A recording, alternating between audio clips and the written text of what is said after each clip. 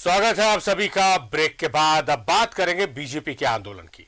कांग्रेस देश भर में भारत जोड़ो यात्रा निकाल रही है और इसकी शुरुआत भी हो चुकी है।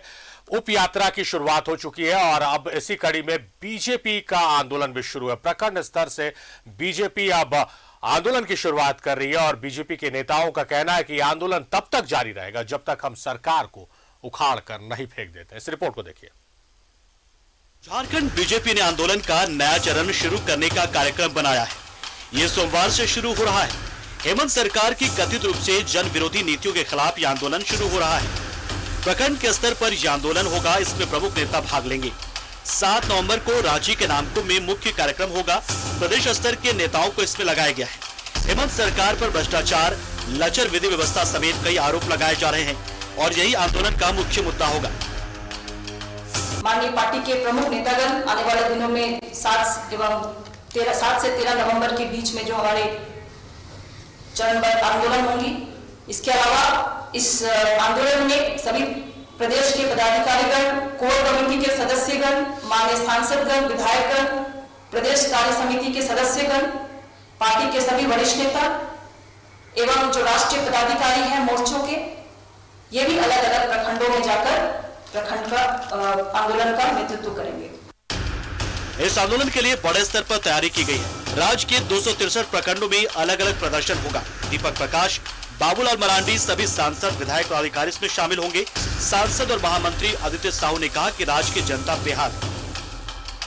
इस प्रकार से चौतरफा राज्य का गिरावट हुआ है, उसके विरोध में आक्रोश मार्च, आक्रोश प्रदर्शन प्रत्येक प्रखंड मुख्यालय में 263 प्रखंड मुख्यालय में भारतीय जनता पार्टी के प्रदेश स्तर के नेताओं के नेतृत्व में सभी प्रखंड मुख्यालय में कल से प्रारंभ हो रहा है, जो लगातार 7 तारीख से 13 तारीख तक सभी प्रखंड मुख्यालय में लोग प्रदर्शन करने का काम करेंगे।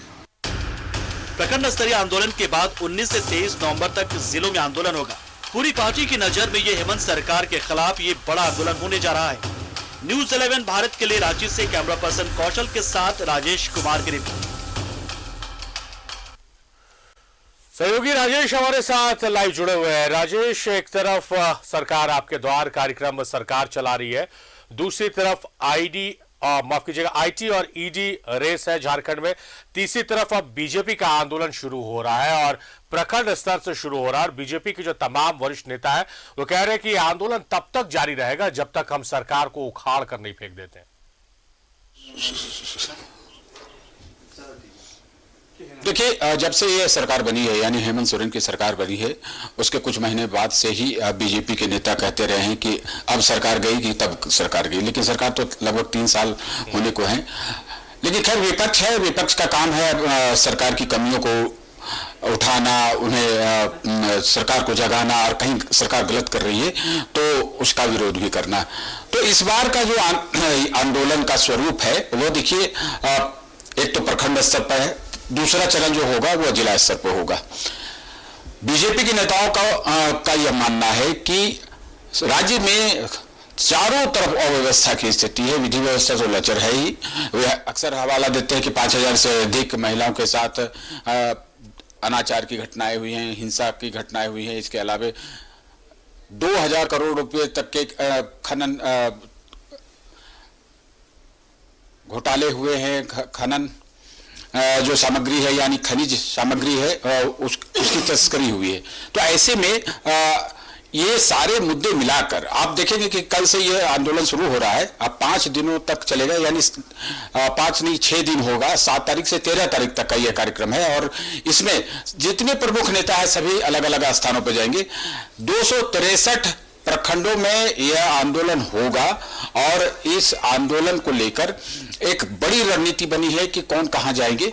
जैसे कल नामकुम प्रखंड में आंदोलन होगा, वहां पर धरना प्रदर्शन होगा। ये प्रखंड स्तरीय कार्यक्रम है और एक मेमोरेंडम भी राज्यपाल के नाम दिया जाएगा और बताया जाएगा कि राज्य में क्या हो रहा है, किस तरह की गड़बड़ी हो रही है, कहां लूट खसोट कथित रूप से मची हुई है, कहां विधि व्यवस्था की समस्या। इन तमाम चीजों का एक कंपाइल्ड ज्ञापन होगा जो प्रखंड विकास पदाधिकारी के माध्यम से राज्यपाल को संबोधित होगा और वो वहां जाएगा।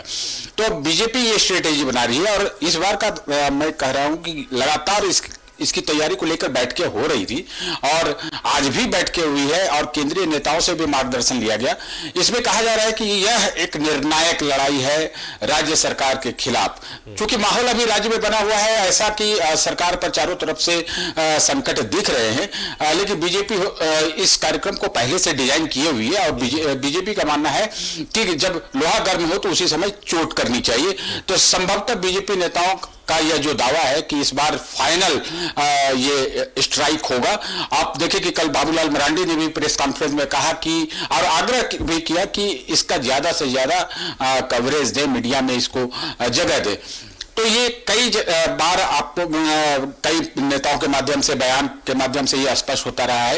ये कम से कम 15-17 दिन पहले ये कार्यक्रम डिजाइन किया गया और तभी से इसकी मॉनिटरिंग हो रही है, कौन कहां जा रहा है। अलग अलग क्षेत्रों में प्रदेश के पदाधिकारी जाएंगे, यानी कोई भी प्रखंड में जहां पर ये आंदोलन होगा वहां पर कोई न कोई प्रदेश मुख्यालय से नेता जरूर जाएंगे, चाहे वो प्रदेश अध्यक्ष हो, बाबूलाल मरांडी हो या फिर महामंत्री हैं या मंत्री हैं, ये सभी लोग जाएंगे। उद्देश्य यही है कि सरकार को झकझोर देना है।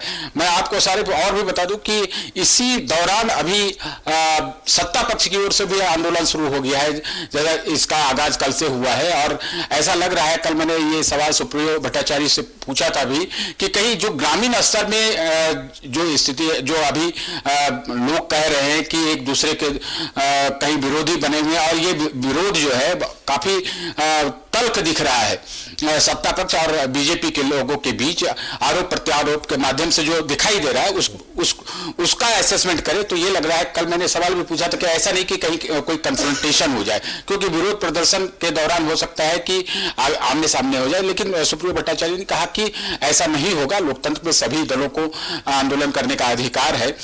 यही जवाब बीजेपी का भी था कि सभी लोग अपने अपने मुद्दे को लेकर आंदोलन करते, ये लोकतंत्र में चलता रहता है, कहीं कहीं आमने सामने की स्थिति उत्पन्न नहीं होनी चाहिए।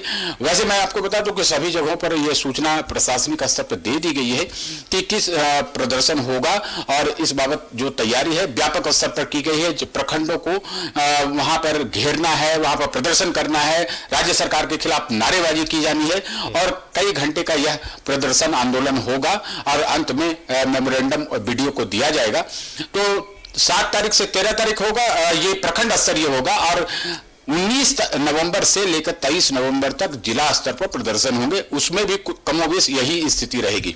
शारिफ राजेश, एक सवाल यह है कि जिस तरह से रूपरेखा बनाई जा रही है, बैठकों का दौर जारी है, क्या बीजेपी के जो प्रदेश बीजेपी का ये विरोध प्रदर्शन है इसमें केंद्र से भी कोई नेता आएंगे, कोई बड़े नाम, कोई बड़े चेहरे, या सिर्फ मार्गदर्शन लेकर आगे बढ़ाया जाएगा इस आंदोलन को?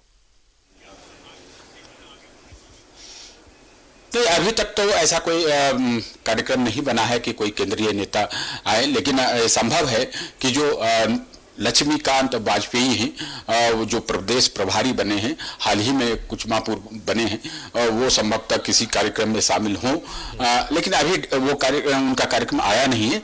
जो प्रदेश स्तर के जो नेता हैं, चाहे बाबूलाल मरांडी हों, दीपक प्रकाश हों या फिर जो इतने सांसद हैं, ये लोग अलग अलग स्थानों पर जाएंगे और विधायकों को भी इसमें लगाया गया है। तो मानना यह है बीजेपी का कि हम एक प्रदेश स्तरीय नेता के नेतृत्व में प्रखंड, जो बीजेपी के कॉन्सेप्ट में, बीजेपी के फॉर्मेट में उसको मंडल कहा जाता है, लेकिन प्रशासनिक स्तर पर वो प्रखंड होता है, तो वो मंडल जो है संबंधित प्रखंड मुख्यालय में प्रदर्शन करेंगे, आंदोलन करेंगे। तो कोई नहीं कोई यहां से नेता जरूर रहेगा, सभी की ड्यूटी लगी है। मैंने देखा कि बाबूलाल मरांडी है, काके में जाएंगे, 11 तारीख को जाएंगे, दीपक प्रकाश अनगढ़ा जाएंगे, अलग अलग जगहों पर सभी की ड्यूटी लगी है। तो कल से इसका आगाज हो रहा है इस आंदोलन का। अब देखिए इसका क्या फलाफल होता है और राज्य सरकार पर जो दबाव बनाने की कोशिश है इस गर्म माहौल में, इसका क्या असर होता है। शारिफ, चलिए, बहुत शुक्रिया राजेश आपका तमाम बातचीत, तमाम जानकारियों के लिए।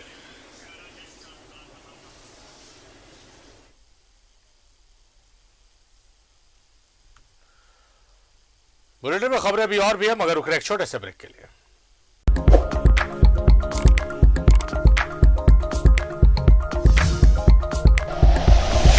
Like and share videos, subscribe करें हमारा चैनल और प्रेस करें बेल आइकॉन। न्यूज़ 11 भारत, सच है तो दिखेगा।